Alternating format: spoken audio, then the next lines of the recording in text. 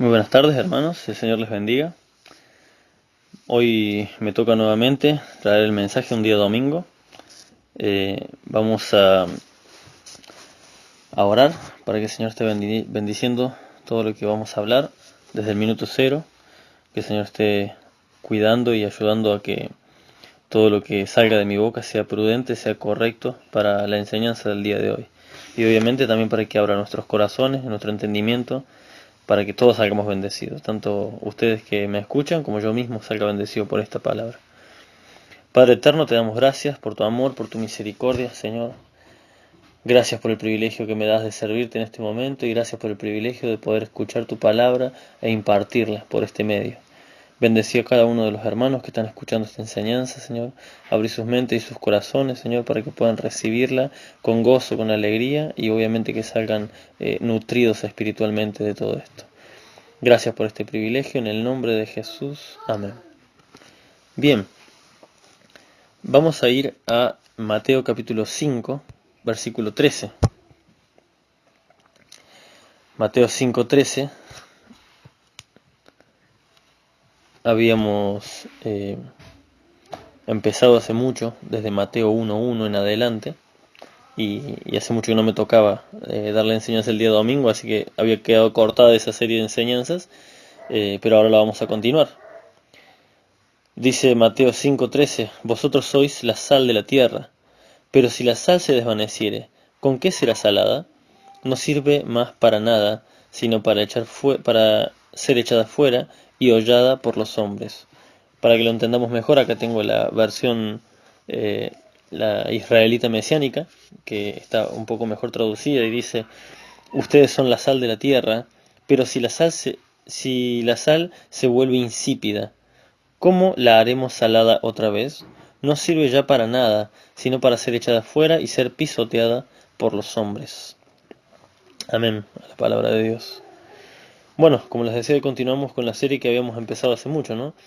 Estamos entrando en la segunda parte del Sermón del Monte. La primera que habíamos visto fueron todas las enseñanzas de las bienaventuranzas que dio el Señor, que es lo primero que da en el Sermón del Monte.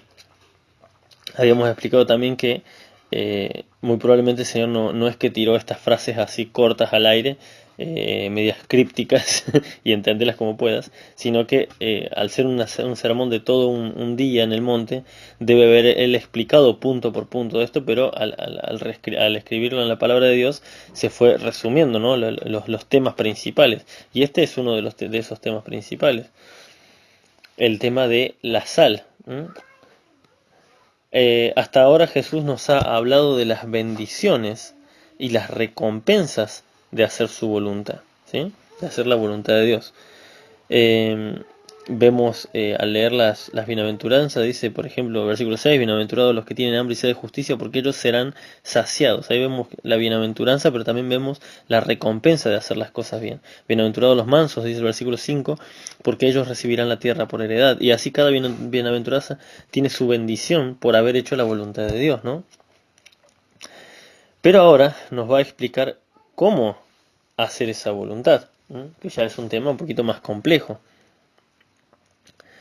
Porque recordemos que cuando empieza este capítulo dice que él está hablando, en este sermón le está hablando a todos los que eran sus discípulos, no a los 12 en particular, sino porque antes tenías, al final le terminan quedando solamente los 12 y luego 11 cuando Judas lo traiciona, pero en el principio había muchos seguidores de Jesús, muchos discípulos, que después con el tiempo se terminan yendo la mayoría y quedando solamente los 12. Así que tenemos que entender que esto es una enseñanza para la iglesia, para los que se consideran hijos de Dios. ¿Por qué nos compara con la sal? Bueno, porque en los tiempos de Jesús, en los tiempos bíblicos, a la sal se le daba muchísimos más usos que los actuales. Por mencionar algunos, la sal era una moneda más, ¿sí? Era la forma en la que se le pagaba, por ejemplo, a los soldados romanos se les pagaba con una dotación de sal. De ahí viene la palabra salario, ¿no? ¿Por qué? Porque no había tanta abundancia como ahora. Ahora por la industrialización y gracias a la modernización y a la industrialización podemos ir y comprar un paquete de sal y nos sale re barato. En aquel tiempo no era así. ¿Sí? La sal, el valor de la sal era mucho más elevado que ahora y se les pagaba a muchos con sal. ¿Por qué? Porque con la sal se podía intercambiar por muchas otras cosas, ¿no? Todo el mundo necesitaba sal y ya vamos a ver por qué. Eh, perdón. Eh, Al no haber heladeras, los alimentos se conservaban en sal. Todo tipo de carnes, pescado, y muchas otras cosas. No había heladeras en aquel momento, así que se envolvía en sal y eso mantenía la comida libre de la corrupción, de la putrefacción. Se conservaba durante muchísimo tiempo. ¿Mm? Eh, la sal se usaba también como medicina, ¿sí? Para curar heridas abiertas o para nebulizar. También hasta el día de hoy se hace. Yo cuando era chico tenía problemas de broncoespasmos y bueno, cuando no había medicina se ponía muy poquito de agua, una cucharadita de sal y se hervía y se nebulizaba con esa agua salada. Y eso te despejaba los pulmones. Es una medicina natural para muchas cosas, para heridas expuestas también. Además de ser una medicina, la sal también era una ofrenda, ¿sí? Tanto en el templo de Dios como en los templos paganos también se usaba la sal como ofrenda. ¿Por qué? Porque en todo el mundo, no solamente en el pueblo de Israel, en el mundo en general, la sal era considerado un símbolo de pureza, ¿sí? Levíticos capítulo 2, versículo 13. Este es un mandamiento que Dios le da a su pueblo Israel con respecto a las ofrendas que se ofrecían, ofrendas de alimentos, ¿no?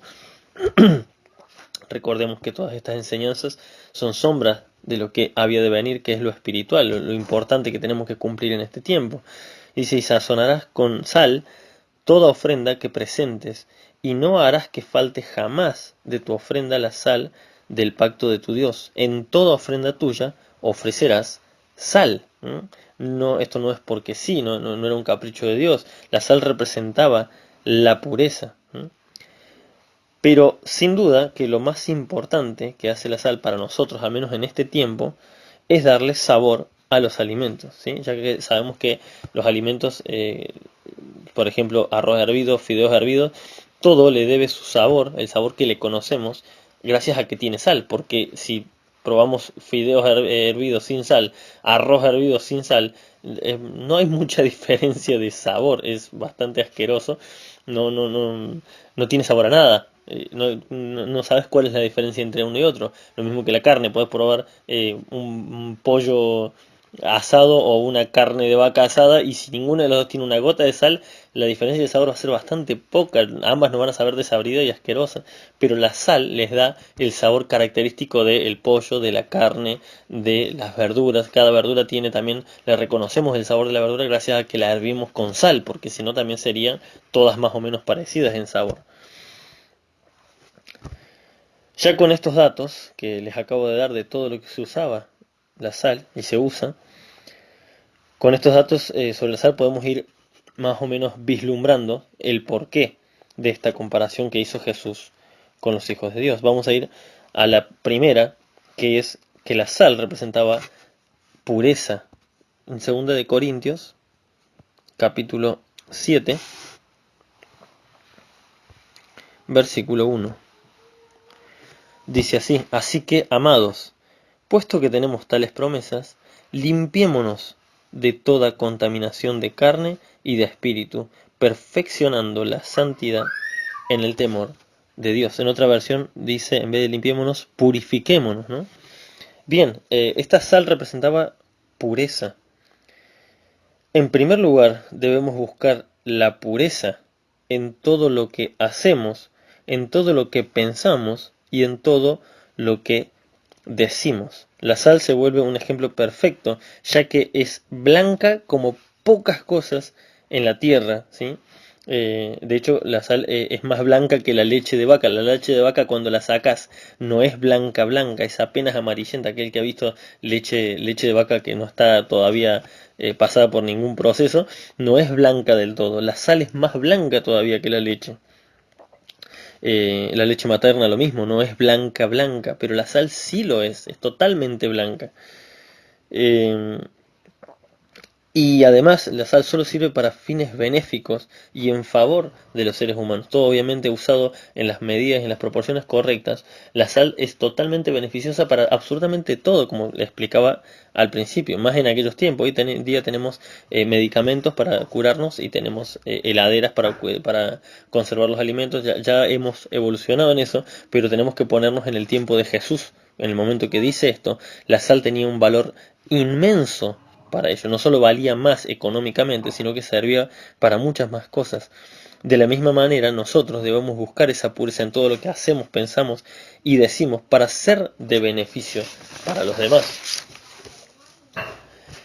Fíjense en esto, la sal ofrecida en las ofrendas, ¿sí? Las ofrendas de pan, significaba, en la ofrenda de pan, dicen todo tipo de ofrenda vas a poner sal.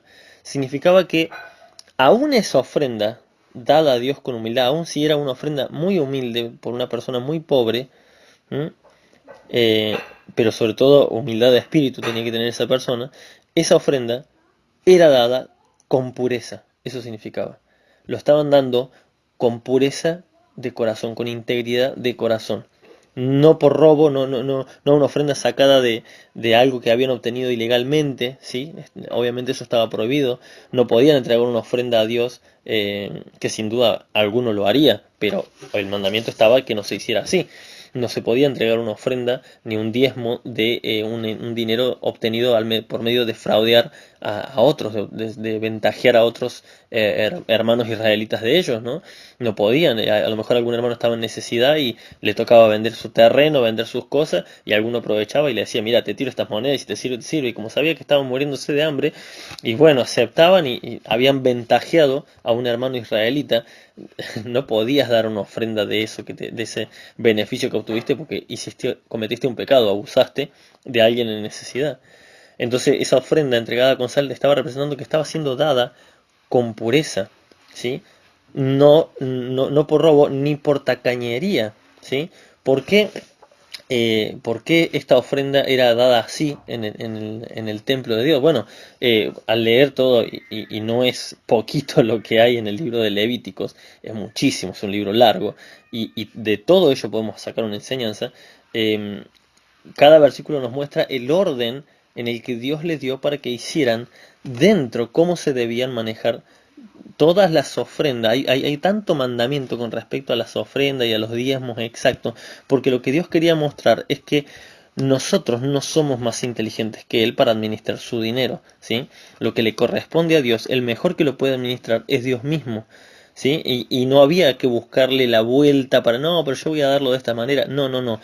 Al pueblo de Israel le dio todo un orden exacto de cómo y cuándo se debía dar cada cosa para que los sacerdotes del templo lo administraran correctamente como también Dios a ellos les había mandado. Así como les mandaba al pueblo a ofrendar y diezmar, también les mandaba a los sacerdotes que con esas ofrendas y diezmos hicieron de tal y tal manera. De la misma manera pasa hoy en día cuando vemos que he escuchado yo personalmente a gente que no las conozco muy en profundidad, así que no voy a decir hermanos, pero gente que dice que es cristiana y que nunca ofrenda en su iglesia, pero que sí le da alimento a los pobres. Dicen que también me tocó encontrar con una persona que me dijo que que en su iglesia no, porque su pastor a ella no le gustaba, su pastor mucho cómo manejaba la plata, pero que su diezmo y su ofrenda ella lo daba para unos misioneros de, no sé, México. Yo me imagino que más de uno se debe estar riendo, ¿no? En este momento, pero es una locura. Es una locura. ¿Cómo que estás dando fuera de tu propia congregación? Y está, o sea, es como ir a comer en el McDonald's y después, no, me gusta más cómo hacen las cosas en el Burger King, así que voy y les pago en el Burger King, ¿no?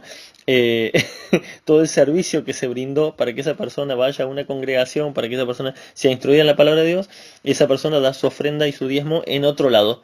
¿Por qué? Porque no me gusta cómo se hacen las cosas acá. Vengo, recibo, pero no, así que no la voy a dar. Está perfecto, está en cada uno como uno quiere dar. Dice la palabra de Dios que cada uno debe dar la ofrenda de acuerdo a como propuso en su corazón, sí, como propuso en su corazón la cantidad que quiere dar, pero no como propuso en su corazón a dónde darla. Ahí hay un error gravísimo, que a veces mezclamos las cosas y creemos que como propuso en su corazón es, vos podés hacer con tu plata lo que se te dé la gana. No, Dios puso un orden en la congregación y por algo lo puso, y por algo puso administradores en la congregación. De la misma manera, así esto es lo que significaba esa ofrenda de sal. Aún la ofrenda que se da debe ser dada con pureza, con integridad y en el orden que Dios manda. Me gustaría ir, primeramente, rápidamente quiero decir, a 1 de Timoteo 5:8. 1 de Timoteo capítulo 5, versículo 8. Fíjense lo que dice. Porque si alguno no provee para los suyos, y acá hace una diferencia, y mayormente para los de su casa, o sea, está hablando de los de su casa, pero también está hablando de sus hermanos en Cristo, porque también son los nuestros. Cuando dice proveer para los suyos, está hablando de todos los que te pertenecen en tu círculo. Vos estás yendo en una congregación, tenés hermanos en Cristo que están en necesidad y estás donando tu diezmo y tu ofrenda a una iglesia en Chile. Es como medio loco cuando estás viendo que acá hay necesidad, no estás proveyendo para los tuyos y mayormente para los de su casa, o sea, marido, esposa, hijos. Entonces, este versículo está cubriendo todo, no es solamente lo suyo, significa para los de mi casa. Está aclarando ambos casos. Pero si alguno no provee para los suyos y mayormente para los de su casa, ha negado la fe y es peor que un incrédulo. ¿Se entiende? Este pasaje es bastante. Fíjense que a continuación, bueno, sigue hablando de las viudas en la iglesia, de los niños, bueno, de un montón de la hospitalidad. Está hablando de la congregación, ¿sí? Porque muchos usan este versículo diciendo que no, que hay que proveer para los míos nomás. No. Está hablando en general para todos los tuyos, incluido el pastor de la congregación. El pastor de la congregación, el que te está dando el que está organizando las cosas en la iglesia, el que está siempre atento a tus necesidades, el que está siempre buscando organizar todo, el que está predicando la palabra, que está ordenando a los predicadores, ese hombre que está trabajando en la congregación también es de los tuyos y también ya hemos visto en otro tiempo que el Señor nos manda a sustentarlo. Entonces, si no estamos proveyendo para los nuestros, no estamos dando esa ofrenda con pureza, con agrado a Dios. A Dios no le agrada una ofrenda que no es dada en orden y con la pureza. Por eso significaba la sal en la ofrenda. Obviamente, además de esto, lo más importante es la pureza espiritual. Si vivimos en santidad y en pureza de corazón, nuestras palabras, ¿sí? Si todo está en orden, obviamente. A veces decimos, ¿por qué vemos que hay hermanos que son de mucha bendición y hablan dos palabras y te rebendicen y vos te podés hartar de hablar y no se te convierte en nadie? Claro, porque hay que vivir en orden y hay que actuar en orden, ¿sí? De acuerdo a la palabra de Dios, con pureza de corazón. Si vivimos en santidad y en pureza de corazón, nuestras palabras, recién ahí, nuestras palabras de consejo y de aliento hacia otros, ¿saben en qué se convierten? Se convierten en medicina, que esa es otra propiedad que tiene la sal. La sal obviamente se puede echar en una herida abierta, pero no. La sal se diluía en agua tibia o agua caliente y cuando se entibiaba, esa agua salada se la usaba para limpiar una herida abierta o como ya expliqué, para nebulizar, también para hacer buches. Aún hoy en día se hacen buches con agua tibia y sal para aliviar las llagas de la boca. Si tiramos sal directo en una herida, sirve para curar, pero es muy doloroso. Pero si se disuelve en agua tibia, esta se convierte en un desinfectante mucho mejor y además que alivia en vez de causar dolor. Así también nuestras palabras de consuelo o de consejo deben estar diluidas en la palabra de Dios. No al revés, no que tenemos que diluir la palabra de Dios. No. Nosotros somos la sal. Nosotros debemos estar diluidos en mucha palabra de Dios. Una cucharada de sal, una cucharadita chiquita de sal, se diluye en un vaso lleno de agua para curar las llagas de la boca, por ejemplo. Demasiada sal lo hace insoportable y se termina escupiendo, ¿sí? Pero lo que tenemos que buscar es un equilibrio entre cuánta sal y cuánta agua lleva. Nosotros somos la sal, una cucharadita de sal alcanza para un vaso lleno de agua.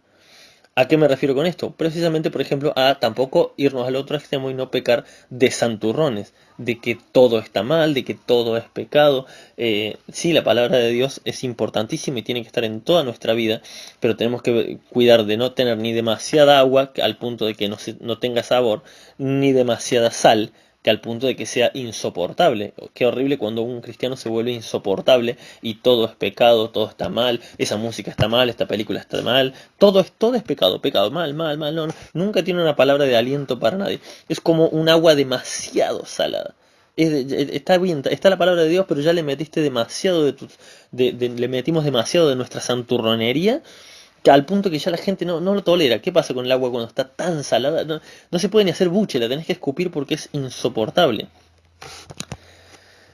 Pero si está sazonada el agua correcta, con la cantidad de sal correcta, se puede hacer algo, por ejemplo, que se soporta muy bien en la boca. ¿Saben qué se hace con mucha agua y poca sal? Una sopa, por ejemplo. Una sopa se puede tragar y es deliciosa y es rica, al menos a los que nos gusta la sopa, si se hace en las medidas correctas. Si se hace con poca sal, no tiene mucho sabor. Si se hace con mucha sal, es horrible. Pero si se la sazona con la cantidad correcta de sal y agua, se hace una exquisita comida. Esto nos lleva a la siguiente propiedad de la sal: el darle gusto a los alimentos. Al igual que en el ejemplo anterior, si se le echa demasiada sal a la comida, es incomible, y si le falta, hasta la comida más rica sabe horrible, no tiene sabor a nada. Pero si le atinas a la cantidad de sal exacta, ¿sí? La comida se siente deliciosa y además satisface mucho más. Por lo tanto, tenemos que tener el mismo tino para cuando hablamos con creyentes o con inconversos. ¿Sí? Si la palabra de Dios no está en nosotros, pasamos a ser cristianos desabridos o demasiado salados. Y si nos vamos al otro extremo, nos convertimos en unos pesados que ya nadie quiere escuchar. Somos mucha palabra de Dios, pero poco ejemplo. O todo lo contrario, somos muy livianos para hablar de un montón de cosas, pero no le ponemos palabra de Dios y ahí nos convertimos en cristianos desabridos. Hay que buscar el equilibrio. Siempre lo digo, Dios es un Dios de equilibrio por algo. ¿Sí? Dios no es un extremista. Dios siempre está en perfecto equilibrio. Su palabra está en perfecto equilibrio y nuestras vidas deben estar en perfecto equilibrio. Vamos a leer nuevamente el versículo 13. La primera parte dice, les leo la versión esta que tengo yo. Ustedes son la sal de la tierra, pero si la sal se vuelve insípida, ¿cómo la haremos otra vez salada? Hay que aclarar una cosa. Nuestra sal de hoy en día, del 2020, no es la misma sal que usaban en aquel tiempo, ¿sí? Nuestra sal, al estar industrializada, hecha por una forma química, o no sé bien cómo es el proceso que se hace, he leído que nuestra sal no puede perder su sabor, ¿sí? Sí se puede humedecer, se puede poner fea por un montón de motivos, pero no pierde la salinidad. Sin embargo, en el tiempo de Jesús, la sal que era mucho más natural y sí podía perder por un par de cosas un par de utilidades que tenía la sal que la hacían perder su sabor o su utilidad para la comida, ¿sí? Una de las formas en la que la sal perdía su sabor era usándola en estufas o en hornos de barro para aumentar el calor, ¿sí? La sal tiene esa cualidad también que puede ayudar a aumentar el calor. Pero el tema es que una vez que se usaba, una vez que ya llegaba al punto, se usaba durante un tiempo esa sal para que aumente el calor del horno, pero llegaba un punto que ya no tenía más efecto. Y cuando se la sacaba, no solo que no servía más para calentar, sino que tampoco servía más para comer. Así que, ¿qué se hacía con esa sal? Se tiraba a la calle. Por eso dice que sirve solo para ser pisoteada. Se tiraba a la calle. Esa es una forma en la que la sal perdía su utilidad. Y otra forma era mezclándola con distintas hierbas aromáticas no sé, para ambientar el olor de una habitación, para ese tipo de cosas que se usaba mucho en aquel tiempo. Hoy en día tenemos aerosoles, tiramos un poquito de perfumito en el aire y ya está. Pero en aquel tiempo se usaban muchas cosas naturales para ambientar. Y bueno, se mezclaba sal con hierbas aromáticas para ambientar habitaciones. ¿Qué pasaba? Que una vez que se hacía esto, al cabo de un tiempo, la sal terminaba perdiendo muchas de sus propiedades y ya no servía para comer, ya no tiraba ni olor ni servía para comer. Así que, ¿qué se hacía? Se tiraba a la calle.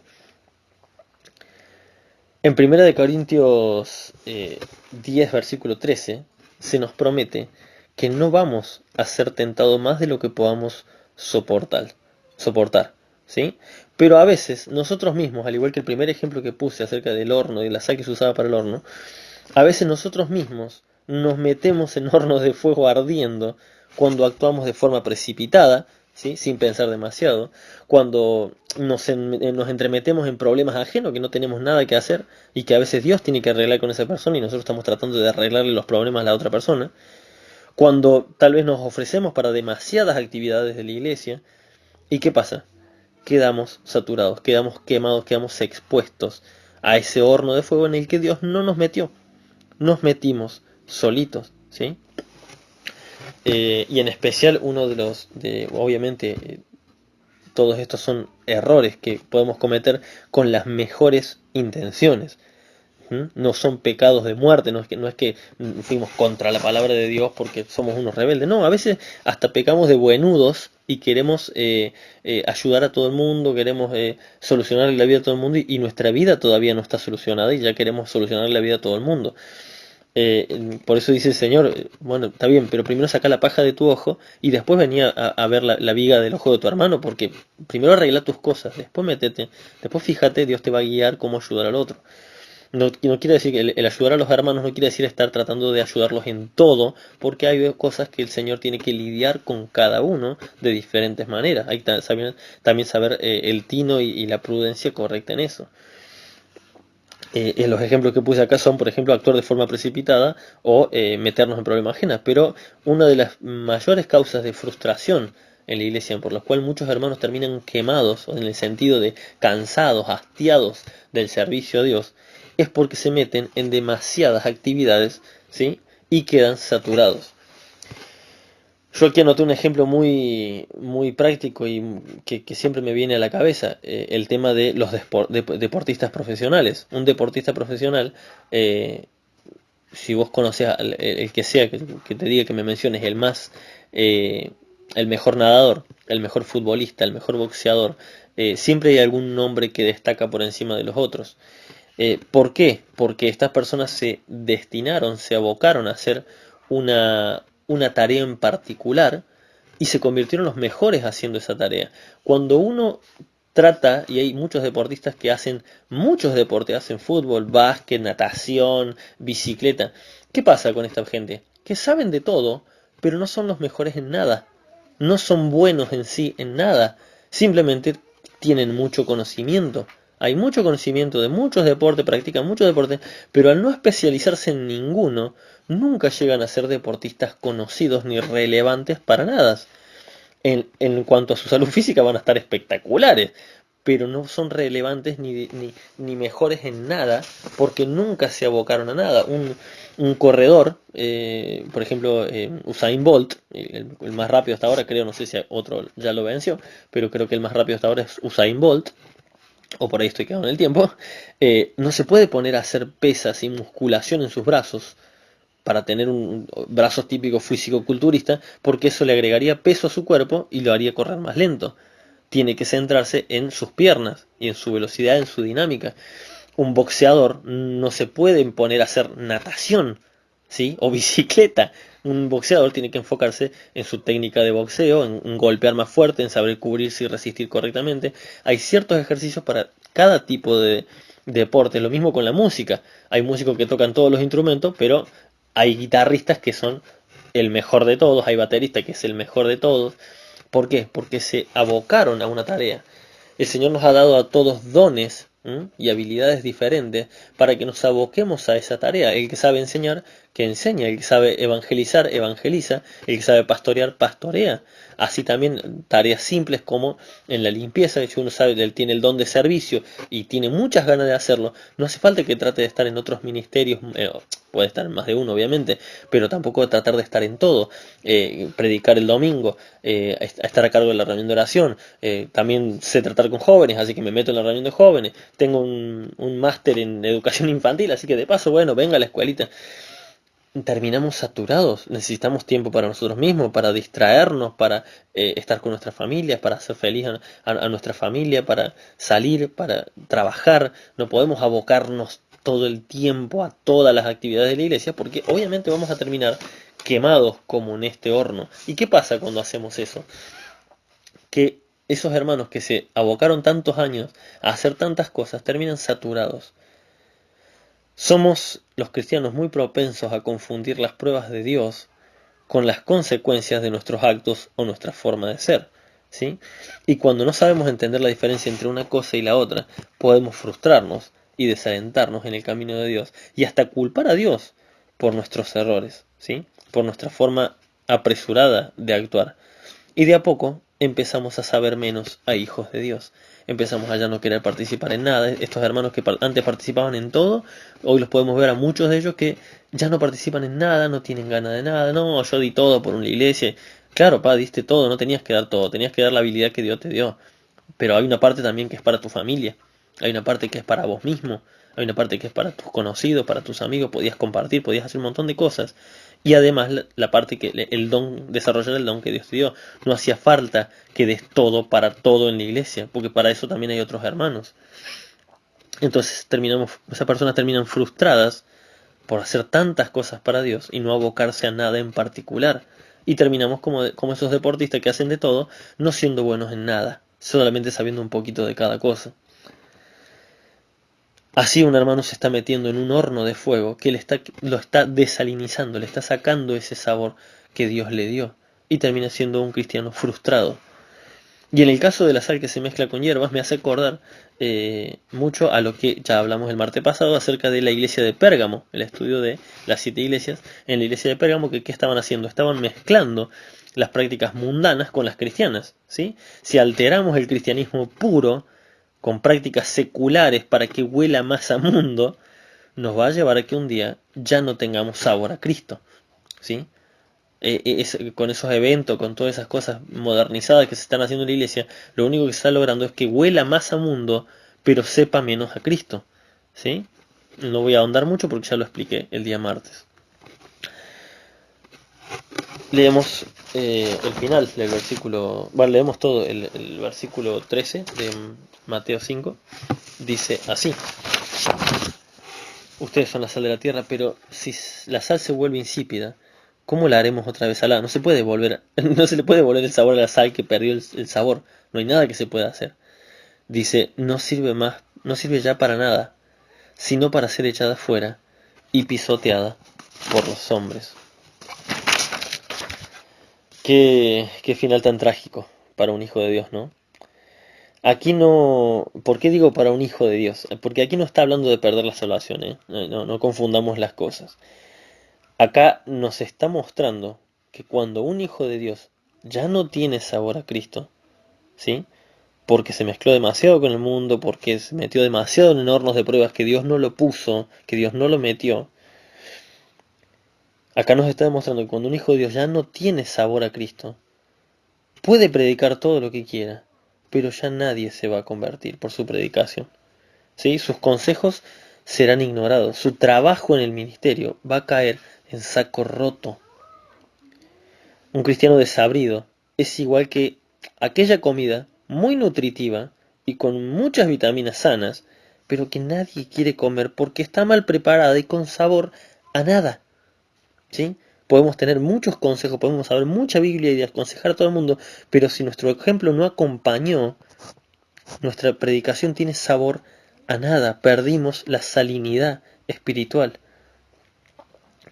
Dice, solo sirve para ser pisoteado por los hombres. ¿Qué es esto de ser pisoteado por los hombres? Que tristemente muchos terminan diciendo, ¿este me va a hablar de Dios a mí? si ni su esposa lo quiere, ni su esposa lo banca, ¿sí? O su esposo si es una mujer. Esta mujer me viene a hablar de Dios. Si su esposo lo tiene harta con tanta Biblia, pero ella no cambia, es una jetona, anda en chisme, ¿qué me viene a hablar de Dios a mí? Si no mantiene bien a su propio esposo, o a su propia esposa si es un hombre. Si ni sus hijos lo soportan, no lo bancan sus propios hijos, ¿qué me viene a hablar a mí de Dios? ¿Qué es eso? Es un cristiano siendo pisoteado por el mundo, por culpa de no tener sabor a sal, no tener sabor a Cristo. Este me quiere hablar de Dios si le debe plata a medio mundo, ¿sí? Si lo viven echando de todos los trabajos, porque a donde va mucho Dios, habla de Dios, pero todos los trabajos los hace a media, todos los trabajos los hace mal, pisoteados por los hombres, dice este pasaje. Qué triste final, Dios nos libre. Por eso es el uso de la sal en este versículo del Señor, porque la sal debe ser usada en la proporción correcta.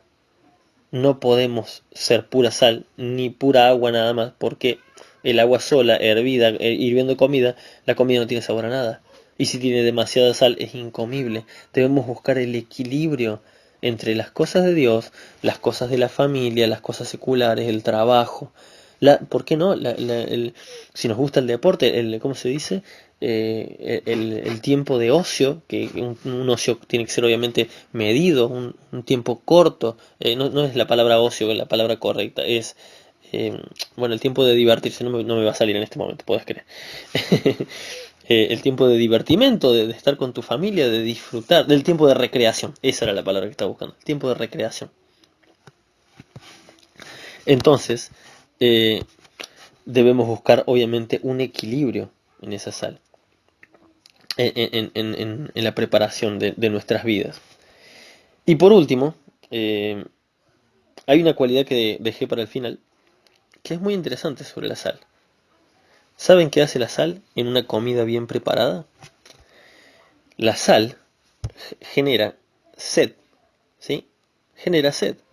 Cuando uno come, es imposible no beber algo para pasar la comida. Por más rica y agradable que esté la comida, por más bueno que esté el asado bien preparado, a punto, perfecto, no podés comer asado solo.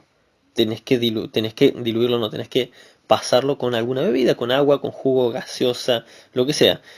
No se puede comer sin beber nada, ¿sí? Y principalmente lo que más da esa sensación de limpieza es el agua, ¿sí? Imaginémonos, por ejemplo, cuando el 25 de mayo comen locro. El locro es riquísimo, pero te comes un plato re picante, lo que viene después, y encima con la sal que se le pone al locro, que es bastante, es riquísimo, pero te genera sed. Necesitas pasar eso. La gente con la que hablamos tiene que quedarse con ganas de probar el agua de vida eterna, que es la palabra de Dios. Si sazonamos nuestras conversaciones con la cantidad prudente de la palabra de Dios, el oyente siempre va a querer más.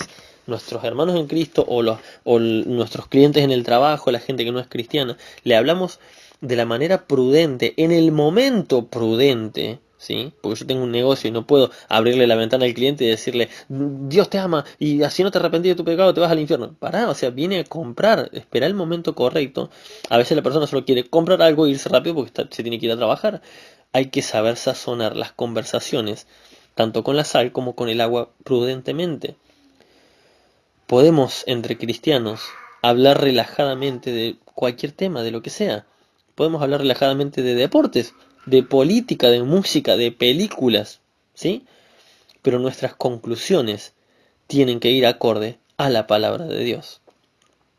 Si hablamos de política, podemos hablar de política. ¿Están haciendo un desastre los políticos? Sí, son un desastre, son todos unos choros, todo lo que quieran. Pero yo confío en el Señor. Yo confío que a mí y a mi familia nada nos va a faltar, porque esa es la palabra de Dios. Sí, pero sube el dólar lo que quieras. Pero a mí Dios me prometió que si yo cumplo con su palabra, Él va a cumplir conmigo. Que yo soy su hijo y soy mucho más que un simple pajarito, que el pajarito siempre tiene comida, así que a mí no me va a faltar comida. ¿Sí? Está su promesa. ¿Sí? Entonces no tengo por qué tener temor. ¿Sí? Si el Señor me dice, probame en esto y vas a ver que voy a abrir la ventana de los cielos y voy a derramar bendición hasta que sobreabunde. Vos probame en esto y vas a ver que yo lo cumplo. ¿Sí? Efesios capítulo 5, versículo 19 y 20 dice, hablando entre vosotros con salmos, con himnos y cánticos espirituales, cantando y hablando y alabando al Señor en vuestros corazones, dando siempre gracias por todo al Dios y Padre en el nombre de nuestro Señor Jesucristo. Entonces en todas nuestras conversaciones tiene que estar el Señor sazonado en la cantidad y en la proporción correcta, en la circunstancia correcta, en el momento correcto, en la cantidad correcta.